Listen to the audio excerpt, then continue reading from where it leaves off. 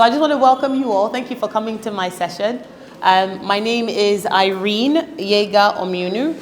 And since there are lots of children here, what I want you to let you know is, when you're an artist, you know, like, who's your favorite musician? Just shout out, what's the name of your favorite musician? Who? Moses Bliss. Oh, I love him. Who else? Michael Jackson. So now I hope you know that Moses Bliss is probably not his real surname.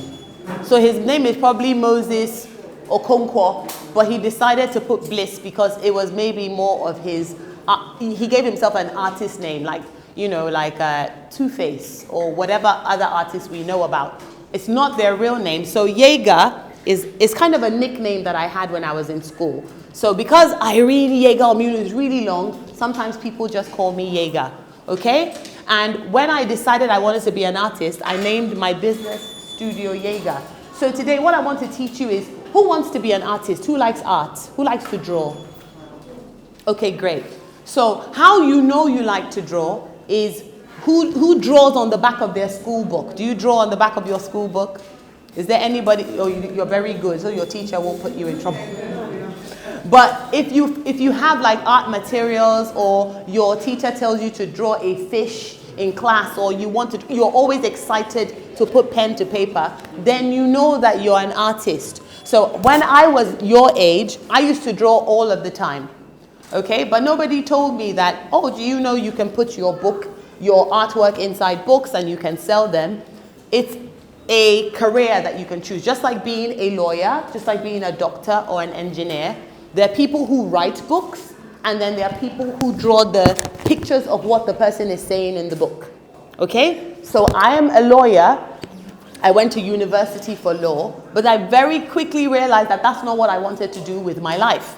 Okay? So I told my daddy, here's your degree in law, and I ran off and I started making my own books. Because when I was little, I would read Ali and Simbi. Probably don't read that now, but I would read Famous Five, Enid Blyton, and I could still remember the way the books made me feel when I was reading. This is the passport out of, you can be reading this book and you're not in Nigeria anymore. So I want you guys to think about, when I grow up, what do I want to be?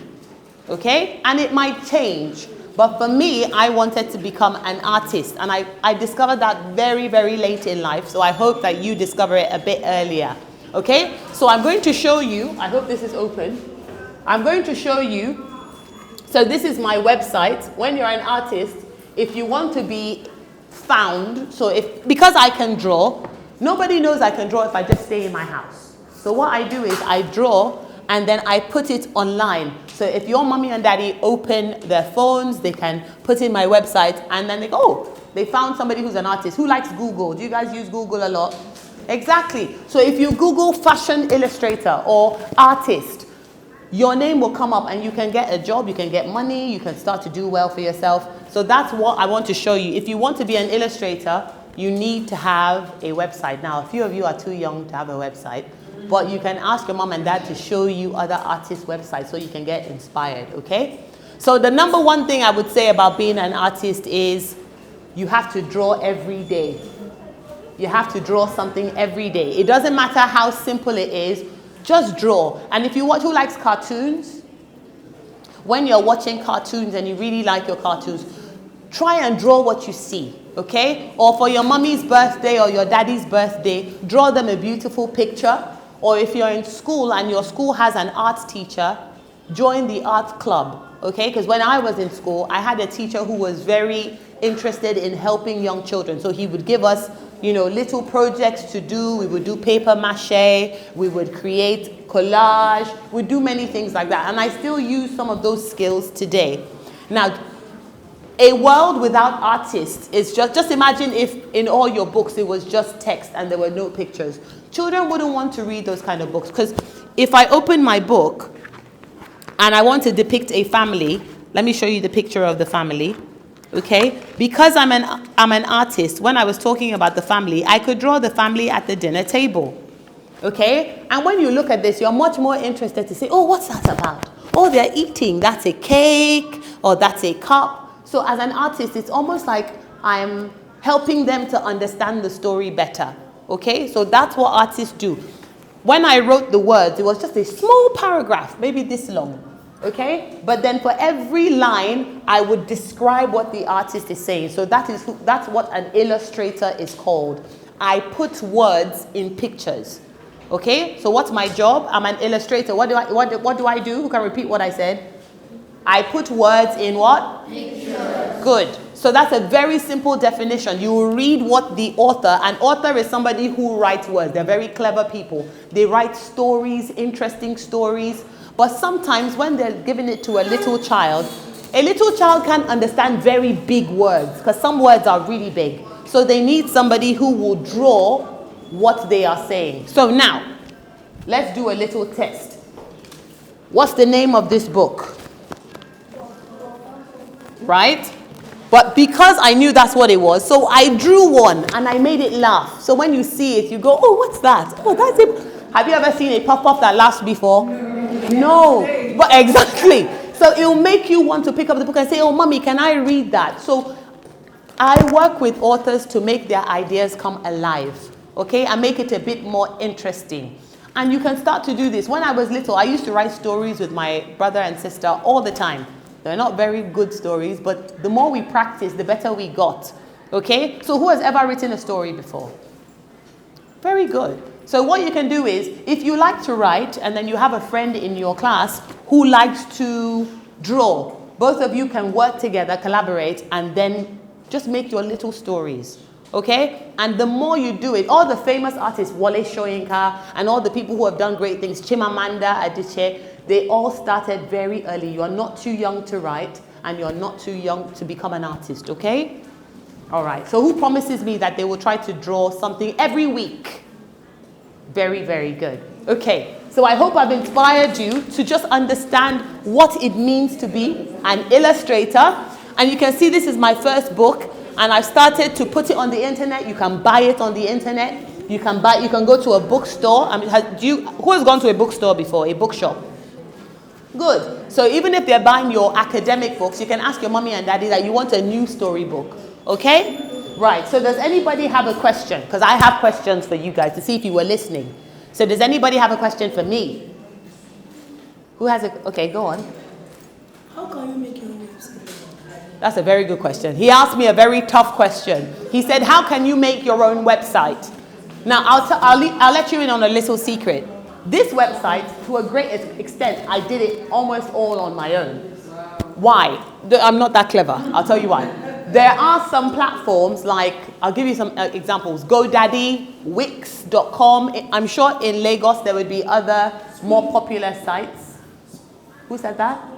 See, he already knows some. And they give you something that looks like empty boxes. So it's already done. All you need to do is put your picture here, type your text there. It's simpler than ever to make your own website. Now, if you need to do something very big and you take payments, it might be a bit different. But anybody can have a simple website. Just go on the internet and say, how to make my own website. And watch YouTube. If you like to do websites and build things, go on YouTube. YouTube can teach you anything. If you go on YouTube, you can also learn how to draw, okay? My dad is trying to make a website. Wow. It's coding. He said a very important word. So coding is the building blocks for websites. It's like machine language, okay? So if you want to build websites, you can also do that because you're also going to be helping artists and illustrators and authors to get their work online. So that's a very good question. I can take one more question before I end my session. Go ahead. Okay, so I want to ask, what app can we use to draw? That is... You know what? I'm really glad you asked me that question. That is a fantastic question. The app I use Procreate. Do you guys know Procreate? If you have an iPad, which is an Apple iPad, just ask your mom and dad to download it from the App Store. I think it's about $20 and it's just one-time purchase and you can use it forever and ever. And that's what I've used to create. Let me show you some of my work because as an artist, you can also work in fashion. Okay, I also work in fashion. I'll show you some of my fashion work. So it's not only children's work. You can do all sorts of drawing, okay? And you can see you can put your picture there, right? Look at that. Okay, and then you can also put up your portfolio. A portfolio is all your lovely artwork all together in one place that people can come and look at and say, if the internet would allow, people can come and look at and say, oh, I've seen this artist's work before. Okay, it's taking some time to load because it's artwork. Okay, so I love to draw pictures. And look, I'm able to do that. I draw shoes, I draw all sorts of things, and people ask me to help them draw their products. Okay, so practice on Procreate. It's a lot cheaper than real artwork because you don't have to buy paper. The ink is digital ink. Okay, so you can use an app called Sketch. You can even open your mom and dad's phone. You'll see some drawing apps. Just go on the App Store. Okay. Yes, exactly, Android. If you go on the App Store, I know that Sketch works for Android. Okay, so Google Sketch. Or Procreate is better on Apple. I know that as well. So those are the two apps that I would recommend. Corel Draw is another great one, C-O-R-E-L, but I don't use it very much. Okay? Yeah? One more question.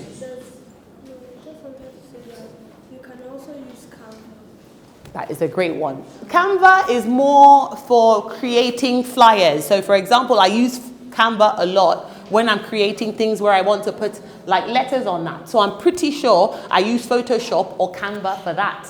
So well done. You are very clever. Can you all clap for yourselves? You're teaching me. Okay, so I can't take that last question. Oh, very quickly, very quick. This is the last one. And you also use an app called Scratch. Wow. I'm going to write that one down. Can we give him a round of applause?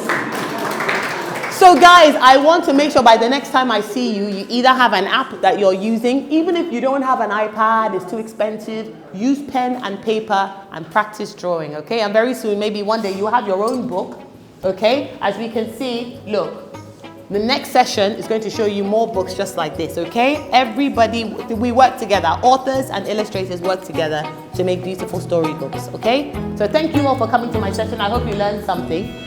I'll see you all soon. Irene Omiunu is a British-Nigerian author and illustrator who over the last decade has garnered an enviable client roster from the likes of the British Vogue, the Victoria and Albert Museum, and the Dubai Mall. As a mother of two young avid readers, she was inspired to create culturally diverse picture books which celebrate and foster cultural pride. Irene's approach to writing is purposefully humorous and is greatly influenced by her own personal experiences growing up in Lagos, Nigeria.